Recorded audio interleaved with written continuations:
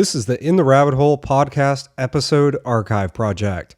What you're about to listen to is a past episode from the In the Rabbit Hole Urban Survival podcast. You can learn more by visiting intherabbithole.com. Be sure to like this video and subscribe to our YouTube channel now. And now, two guys who survived running with scissors, Aaron and Jonathan.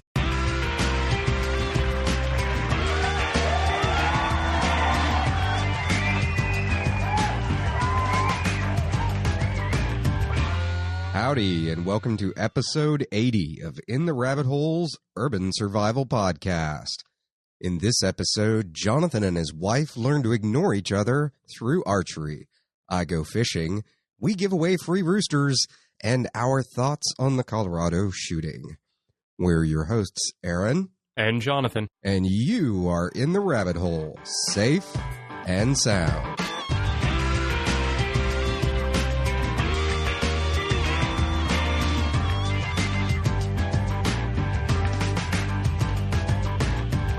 Whether you're already a crack shot or have never taken a bit of instruction in your life, we could all become better marksmen. Join the volunteers at Project Appleseed for a day or even a weekend of rifle instruction that is second to none. Find out where marksmanship meets history by connecting with the good folks at appleseedinfo.org or click on the 3 Strikes of the Match banner under the We Support heading in the right-hand column of In the Rabbit Hole. Remember, your rifle isn't going to shoot itself. So impress your friends, impress your neighbors the next time you're at the range. And don't miss out on the chance to shoot for free and earn your rifleman's patch today. Welcome back, Jonathan. Thank you. Yes, I'm riding that horse. Now, you've been on an interesting adventure lately with bows and arrows. I've been on my bow and arrow adventure. I've been taking all kinds of lessons and all kinds of things. Just, you and I talk all the time about this whole survival chi concept, and I figured a little bit of it. I'd actually walk the walk. And, both of us, we get so busy in actually working and doing this and living that we forget to live. Mm-hmm. Live. Not just live, but live. So yeah, the archery thing's been something I've been saying I wanted to do for a while. For those of you that read our old survival chi plans, that was one of my top ones that I actually wanted to take up archery this year and learn to do it. Well, I am doing it. I got myself a really nice bow. I went in a slightly different direction than I originally thought I would. I originally thought I was going to do recurve. And while I'd still like to do that at some point, I did get myself a compound bow. Well, for you. Oh, go ahead. What was your original reasoning for recurve bows? I kind of wanted to go to that traditional thing, that idea that it was maintainable by me, that the recurve is a lot easier with that. You could easily restring your own bow. In the end, though, I found out that I could learn to do those things on a compound bow. It's more complicated, no doubt about it. Don't write me telling me how I'm crazy. Maybe I am. Well, you are, but that's a completely different topic. Well, we both are, but that's a completely different topic. Good point. But yeah, it was really about doing that traditional bow concept. And if I was going to do it as part of the overall survival concept, I wanted it to be something I could maintain, I could control, I could adjust, I could tune. And I found out that as long as I'm willing to put the time in and effort and learn, I can do that with a compound as well. Although, like I said, I kind of want to do both, more just for the sheer knowledge than anything else. But I did go with the compound. And I ended up, for those of you who are bow heads out there or thinking that you want to know what I'm using, I ended up getting a Matthews Helium. I like it a lot. It's extremely lightweight. It's very accurate, even in my unskilled, untrained hands. At some point, I'll get into more detail about the equipment that's on it. I ended up going for, and Aaron, you and I have had this discussion on a lot of different types of equipment, of getting the best you can, really going beyond your means to do it. And in this case, I did the same thing. I went for the best bow that I could, the best platform. But for some of the accessories, I stayed more towards the middle range. I didn't go for the best out there. I figured since the bow's the expensive part and the accessories I could always upgrade later. I really went for the expensive bow, but the accessories I'll grow into, and then as soon as I surpass them, I'll deal with it then. And then I did the most important thing following survival chi and everything we espouse, lessons and experts and really good advice. I went through a pro shop here in Austin, Texas called Archery Country. And those guys have been really good. And right now, since I'm still in what I consider to be the beginning phases, those guys have been very good at even giving me lessons and teaching me how to do some of the setup. Over time, I really want to learn how to be able to tune my own bow, string, all of that. I'm not there yet.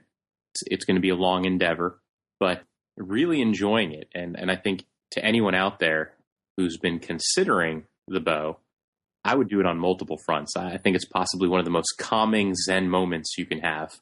Yeah, you've brought that up a bunch. What is, in private conversations that we've had about it over the last month or whatever, what is it that I still don't get it? Explain this to me. What is this Zen thing you speak of? So, when we go shooting, there's that moment of relief when the trigger, basically you're in that rifleman's bubble. Use some Appleseed terms and some terms we're all used to for shooting. So you're in that rifleman's bubble, you pull the trigger and there's the loud bang, but there's a sense of relief when it's done. With archery, it's very similar, except there's no loud bang. And it almost makes it more Zen, where everything in your body that you're dealing with at the moment, from the point where you draw the string, so you've placed the arrow in, you draw your string, you bring it back, the tip of that string, or the end of the string is touching the tip of your nose, really. When you release, there's just a wish of air. And for some reason, it is just this very calming moment. And I guess it's that whole, you've concentrated so much on everything from each muscle movement to holding to sighting and again, it's kind of that Zen moment of release.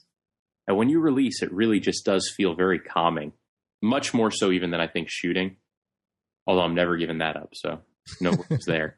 But I think that's it. The best way I can describe it is it's just because you're so concentrated on something. And I've seen you do it, Aaron, with shooting, right? It's that rifleman's bubble again. Even when brass hits you, it just doesn't matter. Mm-hmm. Same thing here. And as a beginner, for those of you who have done archery out there, you'll know what I'm talking about. I had my moments of getting struck by the string in my forearm. And no, I was not wearing a guard. And it hurts. But you're kind of in that same archery bubble where it doesn't matter. Nothing's changing. Nothing's happening. The world kind of just disappears around you. And all you are is that arrow focused on that target. And it's moving down range and very calming. Like I said, for me, somebody else might find it extremely frustrating. I find it very calming. You were telling me your wife was also having a similar experience with it. So we've talked about this a lot too, where if you can do this with somebody or a spouse or, a friend or whatever, anything you do, if you can do with people, you tend to be more successful. And so Karen and I both took it up at the same time. She got the Matthews Jewel, for those of you looking for a nice women's bow. It's fantastic. It's basically the same bow I've got, but in a slightly smaller form factor. And she took it up as well. And she finds the same thing where when we're out there, we're ignoring each other completely. But at the same time, we're enjoying the same sport. We're learning the same things. We've managed to reduce cost a little because we're both using the same instructor. At the end of the day, she found the same thing to be true, and the way she describes it is it's just all of her concentration is on one thing and it has nothing to do with anything that causes her stress. I guess that's the Zen moment for her and the best way she could describe it. But it's a great sport. It's a useful skill, going back to the skills concepts. And really, it's a discipline. And I think like any other, it's always good to have a few disciplines you're involved in that really force you to get into some routines and staying healthy. So, we do this outdoors. We do it together. Becomes part of an overall ritual. And rituals aren't a bad thing. No, rituals are nice. They definitely are. You were also saying you were taking some golf lessons recently and had got a bit of an archery lesson while you were at it too. Yeah, this was really surprising to me. And, I think you found it surprising when I'd originally told you the story as well. Karen and I also took up golf at around the same time. And I've played it before, but never been any good at all. So we figured we were going to get into it. We were going to do it for real. And we did a full two weekend, basically, set of lessons. as part of that, at the end of one of the first 2 days, I guess, maybe it was day 2, one of the golf pros and I were talking, and he was like, "What do you do besides this?" And I'd mentioned that I'd just taken up archery as well. And he is an avid bow hunter. And he mentioned, hey, archery and golf actually share a lot of things. And it all boiled down to, so like before I get into any of the details, it boiled down to the idea that anything physical that's a sport that requires balance and muscle movement and all that, they all relate. And so this kind of goes to Aaron and I talking a lot about staying healthy in general and staying fit in general. It's all important. But interestingly enough, I found out that golf uses a lot of the same muscles, a lot of the same stabilizing muscles and balancing muscles as archery. And he gave me a couple of tips that improved my golf swing significantly, but he also told me that they'd improved my archery. And he goes, when you go home, use these same tips at the range. And well, I decided to, I was intrigued. I was like, I've got to test this out immediately. So I got home, put my golf bag up, grabbed my bow, went to the bow range and tried it out. And in all honesty, he improved my groupings by about 10%. That's crazy. Yeah, and the funny thing is, it's all about that stabilizing and maintaining and holding and just basically the idea of follow through. So with a golf club, for those of you who golf, you start with it back and you have to follow through and you can't stop when you hit the ball. You really have to keep going until a good finish. And it was that same concept of how you finish and follow through and which muscles to hold and all that just became really, really useful. But I guess it just goes back to the whole idea of what we want everyone to do. And I'm trying to live it myself is stay fit, stay active, do physical things, because all the different things you do will have impacts on all the other ones, even if you don't even think about it or could possibly not see a connection. I mean, I don't know how many of you out there saw a connection between archery and golf. I sure as hell didn't. Yeah, no, I can't say I didn't until you fully explained it. Yeah. So, I mean, for those of you out there who don't necessarily see the connection, still stay active. I guarantee you that all the different things you do somehow interrelate, whether you know it or not. Yeah, and I think even in general, I mean, just going back to Survival G and I guess going back to mental health. And, we were talking about this a little bit before the show, and that sometimes a lot of us become so busy, we have such a reaction to say no to some things. And sometimes we have to really think about what we're saying no to. Just to interject a quick story, I mean, where you and I were talking before the show about it, that my father's in his 70s and has decided one day a week he's going to start taking a day off to go fishing, and made the request that I go with him. And at first I looked at him like he was insane. I was like, I have entirely too much to do in the course of a week to take an entire day off. And luckily I stopped and really thought about what I was saying and realized I don't have the time left with him to say I don't have the time for him. And yeah, it's going to mean I'm going to have to start getting up earlier in the morning and going to bed later at night to catch up and get all the things done in a week that I feel are important to get done. But realizing that priority of, this is my father and he's not going to be around that much longer. I mean, I hope he is, but let's be realistic about it. The man takes enough pills to choke a horse. But anyway, I mean, I think that's an important thing is that we do have to stop and realize, hey, this is a worthwhile endeavor, whether it's, physical or whether it's just something that's more emotional or spiritual, of not having those regrets and really thinking about what we're saying yes and no to in life. Right. No, it's completely true. And, focusing on the things that better us or improve our relationships with people are definitely, I think we all have to spend some time making those priorities. Absolutely. Absolutely. Because it really is so easy. And I know we're kind of going off on a short tangent, everybody. We'll come back to archery in just a second. But it is so easy to get caught up in our daily lives and all the tasks. I mean, my task list looks, who is it? I don't remember if it was you or my brother was looking at my calendar going, and they were just like, holy shit, how do you, but it is, we get so busy. Okay, I got to do this next thing. I got to complete this next task. I got to jump from this foot to that foot and juggle these, keep these plates spinning. And we get so consumed that often it's so easy to forget what the whole point is of all of this to begin with. Exactly. Well, that's, I think the fact that we're talking about this during an archery discussion and everything, it's actually very relevant. One of the things I had to do was make some decisions of, okay, I need to actually practice some of this stuff we talk about and do some of this stuff. I can't obviously do it necessarily Monday through Friday, and then ended up interfering with my ability to do a couple of the shows. And for those of you out there, I do apologize for missing those. And, to Aaron, definitely leaving him to hold the bill there. Yeah. But at the end of the day, it was just so needed, not just for me, but I did both the golf and the archery with my wife, and being able to do those things with the people you care about and love, and being able to grow as a person and increase these skills and do these things that I don't know how long it's been, Aaron, since I said I wanted to start doing this archery thing. You've actually been talking about it for a couple of years. It might have been even our first show that we talked about it the first time. Well, no, I mean, even before we started doing the show, I think shortly after we got into survival and like formally, and we're like, okay, we're survivalists now, or we're preppers, or whatever people want to call themselves.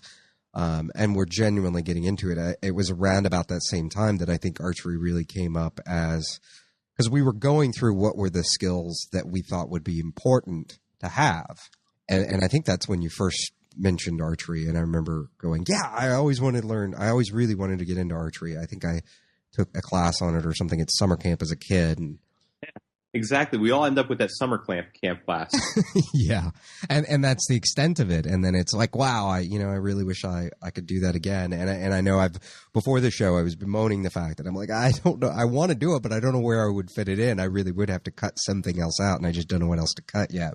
But I get to live vicariously through your archery excursions now.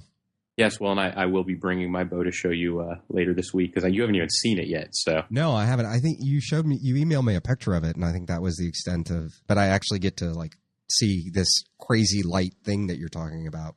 It's insane. Well, and for those of you, going back to the archery discussion a little bit, for those of you thinking about doing it, one of the first things I'm going to tell you is go to a good pro shop. Go somewhere where there are experts. I do not recommend, especially if you've never done this before. If you haven't done it before, don't just try to buy it online. I know you can get good prices online, and sometimes that, maybe that's where you end up buying it. I don't know. I'm a big fan of, especially for something I've never done before, getting the full service, talking to people. Go to a couple of pro shops if you have them. There's a lot of archery stores, and find one where they're not just trying to push you on the most expensive thing they have. Just talk to them a little bit. Tell them you're a beginner. Be very honest with them and just upfront. And the other thing is, don't assume for the guys out there. For the women out there, none of you do this. But for the guys out there, don't go and assume when they tell you that the bow weight can be set all the way to 70 or 75 pounds or 85 or whatever it is, that you need the heaviest bow out there. You can take down anything in North America probably at 40 pounds. There are a lot of hunters out there. Ted Nugent only sets his bow, I think, at 45 pounds. And even he admits it's heavier than it needs to be. It's just a comfortable weight for him to use. My bow is set at about 45 pounds, and it's very comfortable. It took a little getting used to, but now it's a very easy draw for me. But I've got a buddy who bow hunts and all that, and he ended up hurting his shoulder because he has a bow that's set at 70 pounds. Oh, God. Yeah, and that was my first question. What do you plan to hunt? Because the bow that I've got at the weight it's set at will literally take out anything that's on this continent. So it's like, what do you plan to do at almost twice that weight? So use something that's comfortable, especially when you're starting. Get something that might be adjustable, because some bows are not, some are. And take a look, shoot a bunch of bows. It's kind of like guns. Aaron, we did the whole show on guns and how to pick guns. There's probably just as much information when it comes to picking bows. Do some reading, go shoot a few, go to a pro shop that has a lot of options, and get advice from people who are professionals. And don't discount it just because of some preconceived notion you may or may not have. You brought up a couple interesting things there, and one of which is going to a pro shop and whether it may or may not be more expensive. And I think that's something I have an online retail business, but I also have a physical store as well, or my family does anyway. And what I think a lot of people have lost sight on is that the cost of doing business online is actually much cheaper. In most instances, and all things being equal, the cost of doing business online, if you are just an online e-tailer, is cheaper than doing a physical store for people to walk in and actually engage. And the other thing that you run into is in a physical store, there are a lot more costs involved, as I was just talking about a second ago, aside from the insurance that you have to have and the staff you have to have. But when you walk into a physical store like that, if it's a good store, especially something like this that is selling you on some kind of equipment, a lot of what you're paying for are those people's time and experience to actually help you not make the mistakes of buying the wrong thing or setting your, in the example you just gave of setting your bow to nearly twice the weight that is really necessary. Yep. No, that is what you just said is 100% true. And I'll give everybody the secret. I paid what I believe to be a very fair price. I may have been able to get a better price, purely price. I may have been able to get a slightly better price, and not by much, just slightly better, because these guys are always willing to negotiate. They want to make the sale. But what I would not have gotten through online or through what I'll call the big box retailers, the Cabela's of the world, is that type of one-on-one with both myself and my wife, where they really spent the time. They spent probably with me a little over an hour just helping me choose a bow. And then once it came in and they built it all up for me, they spent another hour and a half to 2 hours just showing me this, not just sighting it in for me, but showing me how to sight it in the future, showing me how to make adjustments, just the minor stuff. And then on top of all that, I know that if anything ever happens or I need some advice, I can go there, and these guys are willing to do it, no cost, no fees, no issues. For my wife's bow, they had made a recommendation on a weight for her, and the bow came in, and they had her shoot it, and they had her sight it in and all that stuff, and what they found was the weight was a little high for her, and they actually ordered her on their dime brand new cams. Cams are what determines the weight on a compound bow. So they ordered her brand new cams. They wanted to change her pull length a little bit too, so it was a pull length weight issue. Brand new cams, new arms or new limbs, and they did all the swapping out, replaced it, and had it, while she waited, and then had her sighted in again and all that. And then they gave her a few extra freebies because of the trouble they caused her in time. So there are advantages to going through a local pro shop where they really want their reputation to stand above necessarily even price. Yeah, I mean, they've got to have something to set themselves apart. And I know, as with any mom and pop shop, in these days you're fighting with online retailers and you're fighting with the big box stores that in some cases may be selling the same stuff. So that is the piece that more often than not, the mom and pop shops, at least the ones that survive, realize, hey, it's got to be about service and knowledge. Mm-hmm. And in the end, and we talked about something along these lines a long time ago, is with a friend of ours that would incessantly ask for our opinion on things we already knew about that he knew nothing about, and then would turn around and do the opposite of what we would tell him to do and end up costing himself 2 to 3 times as much. That's where the advantage of this was for me. I knew going in that I knew very little, almost nothing. I only knew what I read, and I still knew little enough that I would have made the wrong decision left to my own devices. Yeah. Hey, what was the name of that shop again? Because I know you enjoyed your experience with them so much, and just for listeners out there, we have no association. This is not paid for. If somebody's got a great company, I want to tell listeners about it. What was the name again, John? It's Archery Country, and they're here in Austin. There's a lot of locations of Archery Country because I think Houston has one too. Mm-hmm. It's a franchise. I could be wrong on that, and let me know if I am, for any of you listeners out there who might know better. It's Archery Country. The guy that I bought mine through, and again, he doesn't even know that I'm talking about on this show, is a guy named Casey. So if you do stop in Archery Country here in Austin, feel free to say hi to Casey and ask him for advice. He was very helpful for myself. And like I said, my wife's bow, she loves it. She wasn't even sure it was a hobby she necessarily wanted to get into, but as soon as she felt the bow in her hand and shot it the first time, she was the one who was like, we need to buy this and we need to do this now. That's funny because archery is something I could totally see your wife doing. Oh yeah, completely. And the funny part is, we made the decision to do all this a little bit before that the movie Hunger Games, Hunger Games movie came out, and everybody now asks her, "Oh, did you do it because of the Hunger Games?" Well, and she's like, "No, I was ahead of the curve." Now this is a total random side note, but did y'all actually did see the movie, didn't you? Yes, we did. I still haven't seen the movie. I need to. I'm waiting for it to come out on iTunes or whatever because I don't ever go to the movies. It's entertaining enough. Yeah, and there's not enough survival in it. Yeah, which is upsetting to hear because there was, I mean, not that there was a tremendous amount in the book, but it was certainly, there was a lot that the movie could have done with it to make the movie pretty exciting by adding in a lot of, cool survival stuff. Definitely. No, definitely. It was a little disappointing. Yeah. But just to go back to the archery for a little bit, and one of the things I said earlier about, and I know we're jumping around a little bit, but for those of you who are going to get into the topic, I know you're going to have lots of questions. Let's talk about it on the forums. If I see any topics come up around it specifically, I will definitely answer questions. But on the note of the archery and different skill sets, one of the things I thought was really interesting is different people talk about different sports in different ways. So, for instance, in shooting, you hear a lot about pulling the trigger and being surprised. And in Appleseed, they talk about a similar concept of, pulling the trigger and how it's all about trigger control and all these other items. And it's all about that surprise concept, though, that idea that when the trigger goes and clicks and allows that hammer to fall, it's not so much that you're truly surprised. It's just that you weren't preparing for it, I guess is the best way to say it. Mm-hmm. Aaron, maybe you have a better way to put that. No, I think that most accurately, it's the anticipation, because if you're anticipating the gun going off, then you're going to tense up.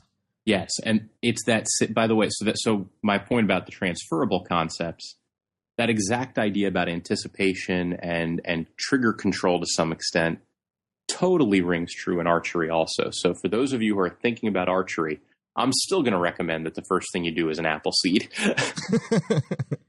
I really am, because a lot of the things that have to do with riflery, to me at least, completely translated to the use of the bow, right down to sight alignment and trigger control. For those of you who haven't seen a modern compound bow in a long time, there are sights.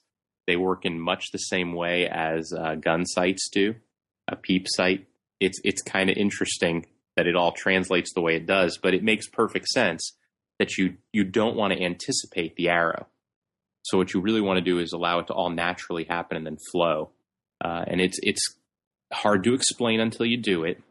And it's even harder to explain without having it in my hand right now. I would say, like, anything you've been doing before will totally translate. And if you've been physically active, I think you'll find it to be a blast. If you haven't been, go with a lighter weight bow. And when I say lighter weight, I don't mean lighter weight physically on the bow itself. I just mean on the draw pull, the pull weight. Because it does get pretty heavy. You'd be surprised. They're muscles you don't use very regularly. And so all of a sudden, you're like, oh, I can lift 50 pounds. Well, you can lift 50 pounds. The question is, can your back pull 50 pounds on the little tiny muscles that are doing it? And that may or may not be true, accurate. So who knows? But go in there, try them, enjoy it, do it. That's the only thing I can say. If you've been thinking about it, like anything, I don't care whether it's an Appleseed, an archery class, or whatever, go out there and try it out and get it done. Now, you brought up an interesting point earlier about accessories, and I guess from a lot of people that get involved in guns are familiar with, a lot of times you end up spending a lot more money on the accessories than you do the actual gun itself. What made you decide to kind of back off on the accessories? Well, so you can get very good accessories at what I'd call a mid-range point. So in my case, the bow was probably 2/3 of the cost, and the accessories were 1/3. The reason I kind of positioned it as backing off a little bit is from my AR experience. I bought a very high-end AR, Aaron, as you know, and spent a lot of money on that. And then I accessorized and spent a whole lot of money on that. And what I found is I couldn't even use some of the accessories that we ended up, I didn't need a light. There's so many things I didn't need that were absolutely insane and just added a lot to cost. So with the bow, it's not that I got bad stuff. I got all highly rated stuff. I just didn't get super high-end competition stuff. The difference in price really was sometimes 2-to-1. Oh, wow. And it's kind of like when I started asking about so I'll use the sight as the example. The sight that I went to are fully adjustable sights, but it requires me to have a hex key to adjust certain aspects of them. So most of the sights are adjustable on the fly by hand, but for certain aspects of the sights, I require a hex key. For the total high-end competition sights, everything is adjustable using your fingers. Well, I started trying to figure out exactly how much adjustment I needed at my skill level shooting at 50 yards or less. So if you start going out to 70 yards, you need to have total adjustment. But at 50 yards or less, mostly at the 20-yard range, I only needed certain adjustments. And I wasn't going to get past that for quite a long time. And I started talking to, again, this is where the pro shop came in handy, how often people start taking shots at further, even hunters. And really, they were telling me that for 99% of the people out there, all the adjustments they'll ever need were with the sights that I got. And so that's the direction I went. It was kind of, if eventually I get to the point where I'm doing 70-yard competition shooting, I will gladly make the upgrade then. But until then, I just didn't need that level of adjustment that most people will never get to that skill level for. Again, not that I bought bad equipment for anything. I bought all highly rated. It was just I didn't need to get the professionally rated stuff. Yeah, you didn't need like Olympic quality. Yeah, the same thing goes for the there's a weight essentially or stabilizer that goes on the front of the bow. You've seen the Olympics; they could be like 3 feet long. Yeah, mine's only a few inches, and it was really just to add a little stabilizing to the front end of the bow for me. And honestly, that's all I needed. I tried longer, and that was the nice part about going to a pro shop too. You could try out different equipment. So they let me try out one of the higher end stabilizers. It didn't improve my shooting at all. So my point was, why would I possibly want to spend hundreds more to not improve my shooting? The one that they put on there improved it a little bit. And they said, as I got better, it would improve it more. But the next level up just didn't improve me any more than that. So it didn't add value, and I just didn't see the point. And again, if I want to upgrade in the future, I can do that. And I can feel good about the fact that I've got enough time between now and then that I've got my money worth out of the equipment I've bought. That's interesting. And I think it was a couple of weeks ago when you were first starting out, you were telling me it was surprising how quickly you progress with archery. Yeah, to a point. Well, it's like anything. You walk away from an apple seed and you feel like you're doing really well. Yeah. And then to get to that next 10% is exponentially more difficult. Same thing with the bow. So once I understood how to use it and walked away with some basic lessons, I really feel like everything was really good. I actually felt like, all things being equal, at 20 yards, I could probably hit a bullseye 99% of the time. Oh, wow. But then again, you walk away for a week and all of a sudden you come back and you're like, oh, okay, I'm not that good anymore. Yeah, it's a diminishing skill just like shooting or anything else.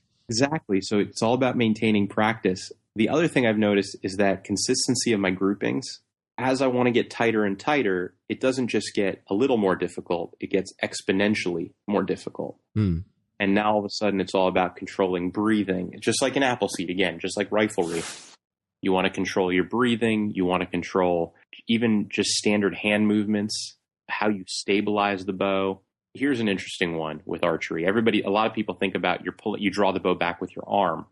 You actually don't. Professional archers or very highly skilled archers really use their back to draw the bow. And it's one of those interesting things. And as you use your back more, you will find that it really does improve your shooting, taking the pull away from your bicep and your arm or your tricep and your arm and moving it to your back. But that's a very hard skill to really think about which muscles you're using for different things. It's not always intuitive. Yeah, it's just like when I was getting super into working out a couple of years ago, that trying to focus on and relearn using certain muscles to do different things, because we all have a natural tendency to use the wrong muscle for different movements. I think bench press is something that a lot of people can identify with. A lot of people end up doing that from putting their shoulders into it, which is, you're defeating, in large part, you're defeating a lot of the point of the exercise. And the same thing with push-ups. And that's how a lot of people end up actually hurting themselves, hurting their shoulders from doing push-ups, is they're actually putting a lot of it into their shoulders when they shouldn't be. And I guess it's the same thing with archery, is making sure you're actually using the correct muscles. Exactly. And there's even special releases designed for professional archers so that it's actually based on your back muscles. When they get to the right set, the bow naturally releases. And that gets rid of that anticipation issue too. You still have the control as long as you have the proper form. When you don't have the proper form, you have no control. So it's a very interesting sport, but it is one of those things where I really do, just going back to getting proper lessons really, you can have the best bow in the world. And I think I actually have one of the best. I mean, based on the ratings it gets and based on everything people tell me, it really is one of the best bows or compound bows around. I guess brand loyalty aside, there are people who are Hoyt fans. There are people there's all different fans, but across the board, it's probably in that top stratosphere of bows. And I'll tell you, I'm not in the top stratosphere of bow shooters just because I have it. I like it a lot. It was a cool design. And with a lot of things, again, I go with this whole idea of I'd rather spend more money on that platform and grow into it over time and have one that'll last me a lifetime potentially than spend a ton of money on accessories and buy an okay bow. So I really did that. Now, speaking of accessories, if you are considering bows and you would like to spend less money, I do recommend going with the Recurve to start. The compound bow is the AR of the bow world. You can attach everything, including an iPhone and a kitchen sink, to the thing with the right accessory mounts. It really is. I mean, Aaron, you've seen those iPhone mounts for ARs, and Yes. There's a beer mug or a beer thing mount. Yes.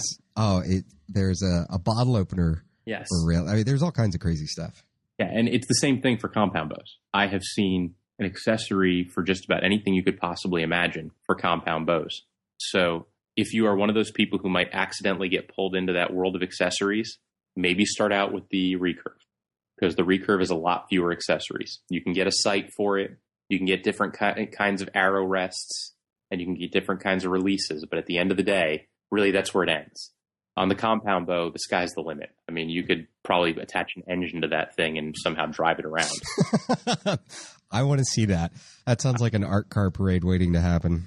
I might drive mine into Houston. I don't know. So now, here's a random question. In your endeavors in the archery world, is there a difference? Is one harder to learn to use than another? Is there, or is it just... Yes. Okay. I would say the Recurve actually is a little bit more difficult to learn. It is more difficult to draw the bow. It doesn't have all the assistance of those pulleys and levers, Mm-hmm. Which is, again, why I say I still want to learn the Recurve. I would love to still do traditional archery. I just started with the compound because, honestly, Karen did, I did, and once I started talking to the pros, I understood that over time I could learn to maintain it myself. And they're just they are smaller and more compact. I'll admit it. At the end of the day, it didn't hurt that my bow is less than 30 inches end to end, and they just don't make Recurves that small that are useful, because all the strength of the bow comes from the limbs on the Recurve. Mm-hmm. On the compound, they're really able to do things like take the limbs and make them almost horizontal to the ground, and then there's the pulley system and all that. So at the end of the day, you can end up with a very short bow that's very compact. I mean, I can, like I said, less than 30 inches end to end, and I still get a very effective bow. So do you think you're going to pick up bow hunting? I've got a buddy, I think I talked about going to a farm in East Texas a while back, and the friend of mine who owns that farm does bow hunt, and I have been invited to do it this fall. I am going to make an assessment based on my skill level at the time. One of the things, and you and I have talked about this a lot, that you don't want to go out there and just hurt the game. It's not the intention.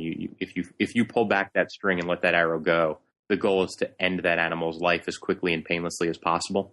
And if my skill level is to a point where I feel like I can actually do that by that time, and I am practicing and kind of working my way up to it, then I may actually do it.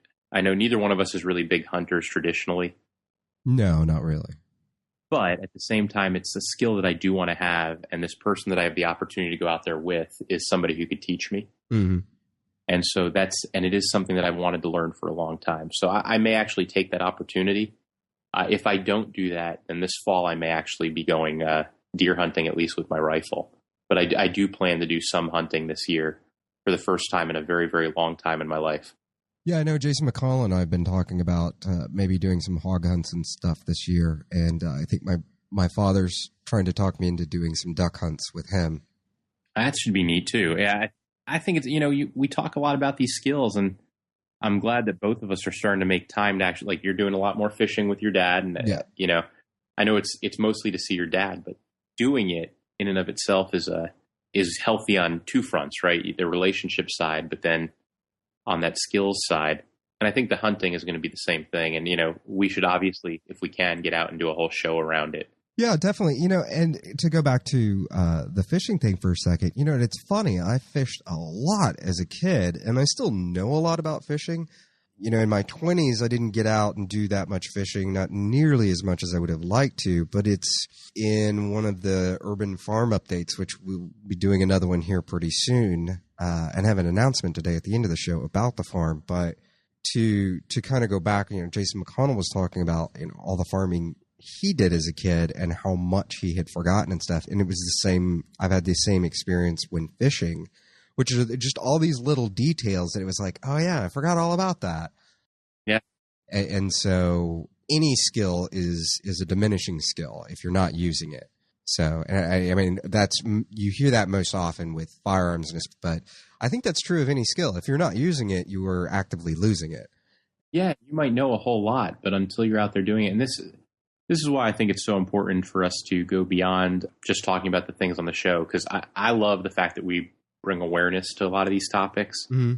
And I am even more fond of the fact that, especially it seems like this summer, you and I, and you've been doing with the farm for the entire length of the show. Mm. This summer, even going beyond just the farm and the topics of the show and the idea of being the rabbit hole, we've really taken the skills and started doing them even more.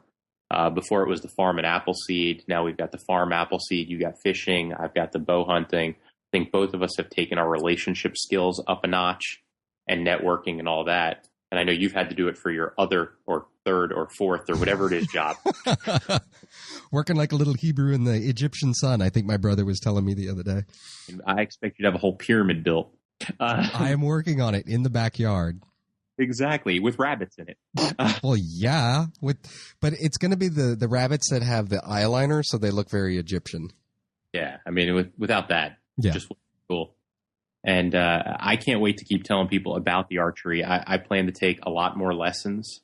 And if I do this bow hunting trip, or if you and I end up doing a hunting trip this fall, I know we'll do a show around it. And if I don't, I'll do a show for that too and explain my reasons for not doing it. But again, I believe that hunting is I'm going to use the term, and I'm going to use it really loosely. It's a spiritual thing. And if you're going to go out and take an animal's life to devour it and give you sustenance, then you should do it cleanly and painlessly. And therefore that means you should have the skills before you go out and do it. There's no reason to maim. Yeah, I think anytime you're dealing with animals, I think we have, just as beings, as living beings, we have to have some respect for other living animals. I mean, even, it's regardless of whether you believe you have a religious right to that animal or whether or not you have no beliefs at all. I think it is another life to not have some appreciation for the fact that you are ending that animal's life. I would be really disturbed by anybody that didn't have a fine appreciation for that. And that's definitely one of the things. I think Jason and I talked about that in one of the episodes on farm was, and maybe we were just talking about it while we were on the farm and not in the show, but in having the farm and dealing with the animals on a daily basis. And obviously I'm not just going to the store and getting rabbit wrapped in cellophane. I mean, these animals, I have to care for them every day. I have to pet them every day. And yes, I actually do have to pet them. Otherwise to keep them tames, and makes them much easier to deal with. And it's just a nice thing to do. And they're cute, fluffy bunnies. Who didn't want to pet a cute, fluffy bunny every day? And it would be weird if you wrapped it in cellophane. I'm just saying. Wow, that's a whole different kind of kink, but and not really one I think we're going to put on the show. And it's certainly not one. I'm not implying that I engage in that in any way, shape, or form. That's what the goat's for. No, I'm just kidding. But anyway, you definitely develop a very different appreciation for the animal when whether you're just out hunting or whether it is you're actually coming into contact with this animal every day. When what you eat just doesn't come wrapped in cellophane from a store, it's completely different. And I know I had a pretty bad reaction to the first time that Jason and I culled some rabbits, and I didn't even realize it for a week. I was in a really nasty mood, and I think it was finally Jennifer, my girlfriend, and Jason McConnell both said something, and I was trying to think what was eating at me, and then I finally realized it was it was that we had just processed these animals, and I hadn't really had that kind of experience in a long time, and it kind of shook me a little bit. And I know I'm man enough to admit that, but the second time was certainly a lot better. But we're not used to it anymore. I mean, like I said, we're so used to going to the store and just pulling our meat out of some refrigerated thing, and there's no connection to that animal. It was simply just go, plop your money on the counter, go home, throw it over fire of some kind, and consume it and forget about it. Not have a real appreciation for that. What we're consuming at one point had a life, and on some level experienced pain and joy, and had some awareness of its own existence. Certainly not to the level we do, but that's neither here nor there. But yeah, I mean, that is going back to the point that you made. Yeah, if you're going to take a life, you have to take that responsibility to. But anyway, yeah, so I guess, sorry folks, we got distracted by a second by, apparently it's some thunder outside, and it kind of caught me off guard. It sounded like a motorcycle was coming through the studio. But yeah, going back, I mean, you have to have an appreciation for animal and make sure that if you're going to end its life, that you are doing it in the most humane and painless way you possibly can. And that's even something that Jason and I have experimented with the animals, is trying to find the best way and most efficient way to dispatch with them and to get them ready for processing. It makes perfect sense. I mean, I respect that whole idea, and that's, when we talk about, you and I have talked about skills forever, and we've talked about chi and all that. Well, the reason you would practice archery is really, there's multiple reasons. One, and I fully admit it, is I said it earlier, it's very calming just to practice doing something like archery or shooting. I find both of them to be very relaxing. So that's very clearly a reason that it benefits me immediately. And it benefits my mental health, my physical health, my emotional health, the whole bit. But the other piece of it is, at the end of the day, I want those skills to be useful and transferable to potentially any kind of preparedness situation. If I did want to go out and hunt and use that food to sustain myself, and if I'm going to do that, then I want to be the best archer or best shooter that I can be in order to really respect that animal that's going to end up sustaining me. And that's kind of what it all boils down to. It's really about respect and a reverence for the fact that what you're about to do is end a life in order to sustain your own. And in order to do that, you should have the best skills you possibly can towards that end. Completely agree with that. And as we're coming to the end of the show today, there's a couple of things I wanted to bring up. One is an announcement about the farm. We've now been hatching a lot of chickens. And as you would imagine, a good portion of those chickens are roosters. Since we really can't have more than one rooster at a time, we've got a couple roosters that, quite frankly, are just too darn pretty to cull. If anybody is in the Houston area and thinks they might want a rooster for good farming purposes and not for fighting purposes or anything of that nature, then shoot us an email. And we'll get together, and the first few people that email me that they are genuinely interested and can actually have a rooster where they are, I think we're going to be giving away maybe as many as 4 roosters, but we'll see what happens. At least 2 for sure, but we may be giving away as many as 4. And I think we may even be planning an In the Rabbit Hole Farm open house soon. So if you are in the area and you would be interested in coming to that, also shoot me an email, as I know as soon as Jason and I are about to hang the last set of rabbit cages, and which will mean we are at a point where the next phase of the game is for us to start building an aquaponics system, a rather large one. And I think we're kind of at a point where we're ready to maybe show it off a little bit. So if anybody's interested in coming and seeing that as well, just shoot me an email, and we'll start gathering a list of people that are in the area and would like to kind of come hang out, maybe have a beer, but not too many, of course, and see the shenanigans we've been up to. Hey, Aaron, that is awesome. I mean, you guys have gotten so far along on the farm. I mean, just knowing what it looked like when I saw it last versus the way you're describing it now is just huge leaps and bounds forward. And by the way, anyone who is interested, anyone who might be interested in those roosters, if they look anything like the rooster you've got, they're some impressive birds. They're actually the ones that we are suspecting of roosters. Now, we still haven't fully learned how to sex a bird. But if the ones we're thinking are roosters, they're actually prettier than our main bird. Much prettier, as a matter of fact. I mean, some of these chickens are really growing to be truly beautiful, beautiful animals, which is not usually something you think of with a chicken. But I think like one of them, even somebody was saying that it looks more like a pheasant than it does a chicken. But yeah, it's pretty cool. The next thing we wanted to go to was a couple weeks ago, whenever the shooting in Colorado first happened, we made an announcement that A, it was horrible, B, that we would talk about it at a later date. And I think we're going to have a short thing about it here. It's going to be in kind of a weird way because in part, we're going to talk about the fact that we really don't have an interest in talking about it and why. But I think since we brought it up that we were going to talk about it, we probably should say something. You and I were talking about it a little bit before the show, Jonathan, and in part, I think there's been so much mudslinging from either side, of one side saying it's too soon to talk about guns and the other side saying, well, no, it's a perfect time to talk about guns. And, I was watching the news and reading as much as I could about what had happened so that I could bring an intelligent discussion to the show about it. And in reality, I ended up seeing so much just bickering and stupidity around all of it that I really just have no desire to talk about it other than what's already been said, which was that it was a really horrible event. And my personal belief is that none of the things that are being proposed would in any way, shape, or form have actually solved this problem.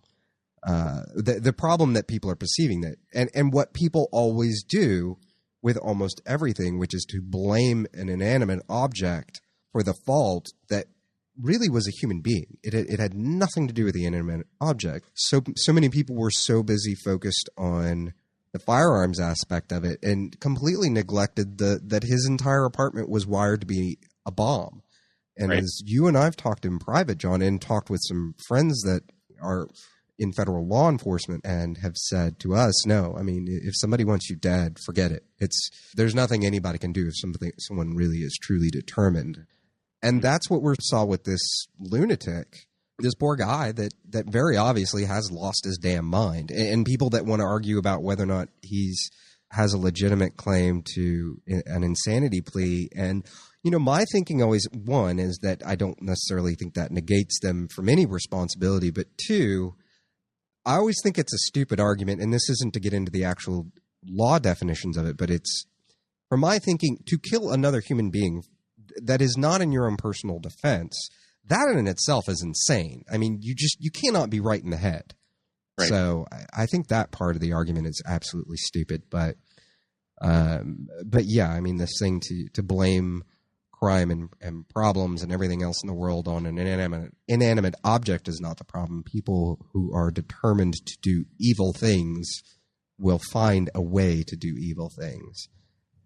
I think I threw out a story that I read from the AP when you and I were talking earlier, and I'll just tell everybody. Apparently a teenager in China, where firearms are illegal for citizens to own, his girlfriend broke up with him. He got angry, took a kitchen knife, and in one room with one kitchen knife, one teenager, I think he murdered 6 people, or it was 6 or 9, and then he critically injured 5 more. This is all with a kitchen knife. And, I'm not going to try to sit here and say, depending on who you are out there listening, we know which way most of you lean when it comes to firearms. I don't think anyone's going to sway anyone with any discussion right now. And I read a great quote by Penn Jillette right after this happened. I was sitting in an airport on my way to Colorado, actually, when all this was going on. Quote from Penn, and I don't know if he said it or if he was re-quoting someone else or what it was, but it essentially went, the 2 things you should never do are go to the grocery store hungry or legislate angry, because all you end up with is 5 bags of chips and the TSA. That's brilliant. Yeah, and it's the truest statement ever. I believe any time is a good time to talk about any topic. So, yeah, it just recently happened. I heard it's not the time to talk about guns. It's blah, blah, blah.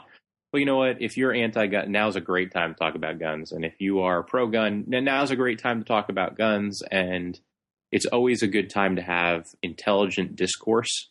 But it is not a time to necessarily be legislating for the sake of legislating. our politicians tend to have this belief that they can fix everything with just one more law. And the reality is that's not true. Things tend not to get fixed with just one more law. I'm not going to get into the statistical numbers behind what happened when the so-called quote unquote assault weapons ban went into effect, and then what happened when it ended up getting lifted. I'm not going to get into any of those numbers. It's not worth it. For those of you who are in the know, if you want to go look it up, look it up. But basically, things are better off now than they were under that ban. At the end of the day, you just can't legislate crazy. And it's sad what happened. Any loss of human life is always regrettable. And I think people always look for a simple, easy solution.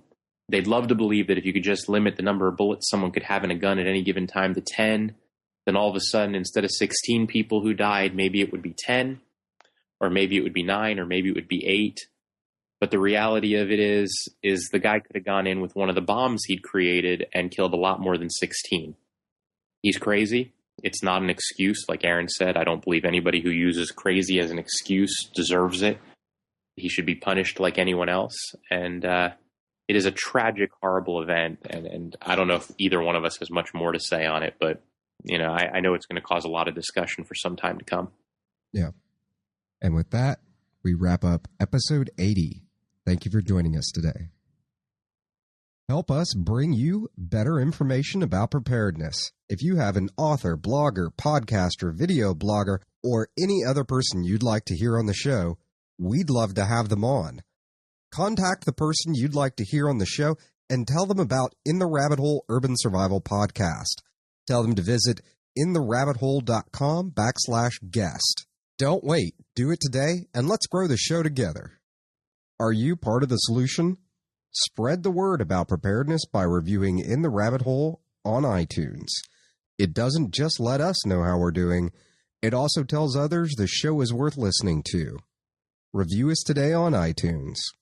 In the Rabbit Hole isn't just a podcast and a blog, it's also a community. The best way to connect to that community is by joining me and the other rabbit holers on the In the Rabbit Hole forum at forum.intherabbithole.com. Remember, survival chi starts with community. So come join me at forum.intherabbithole.com and let's talk about all things preparedness. From the Lone Star State, till next time, stay safe and sound. This is the In the Rabbit Hole podcast episode archive project. What you're about to listen to is a past episode from the In the Rabbit Hole Urban Survival Podcast. You can learn more by visiting intherabbithole.com. Be sure to like this video and subscribe to our YouTube channel now.